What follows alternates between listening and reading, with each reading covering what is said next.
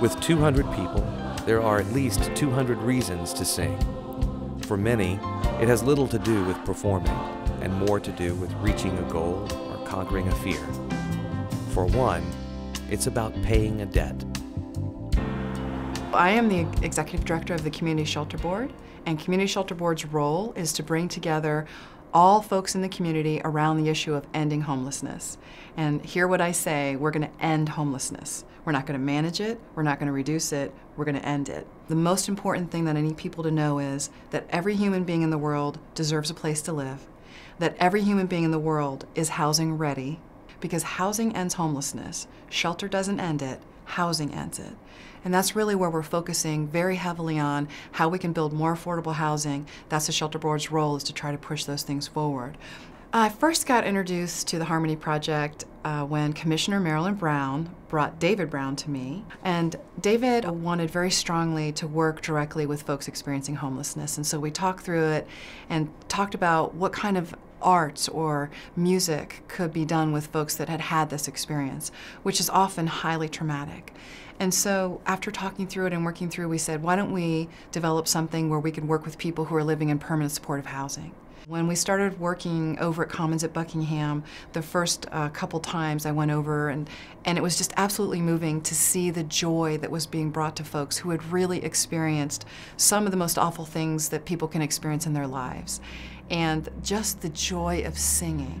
You know, so many times you'll hear people who have experienced long-term homelessness especially talk about being invisible and not being an individual anymore and not feeling like a real human or person, that they've felt marginalized for so long.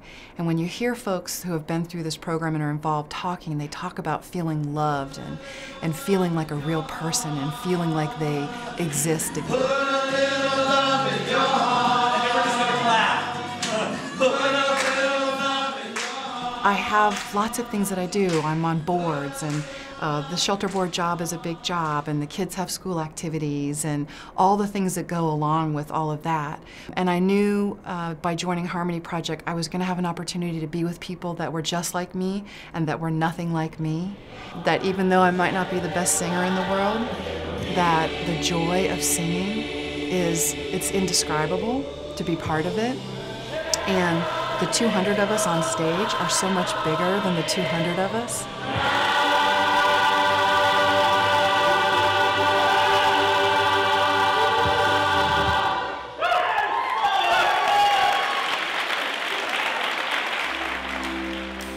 When I see folks that have been experiencing homelessness and some of the hardest trauma in their lives come on stage, and I'm standing next to them and we're together, that I have any part of the fact that this person is not suffering, and that I stand next to them singing joyfully. It's such a gift. It's such a gift.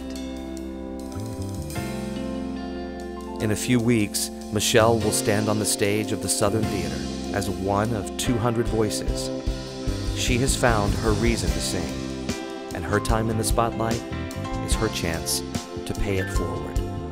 So as I live every day and I'm not hungry, and I'm not scared about losing my housing, and my car started because it works, and my children are healthy, so every day that happens, I rack up a little joyous debt, and I get to pay the joyous debt every single day in the work that I get to do.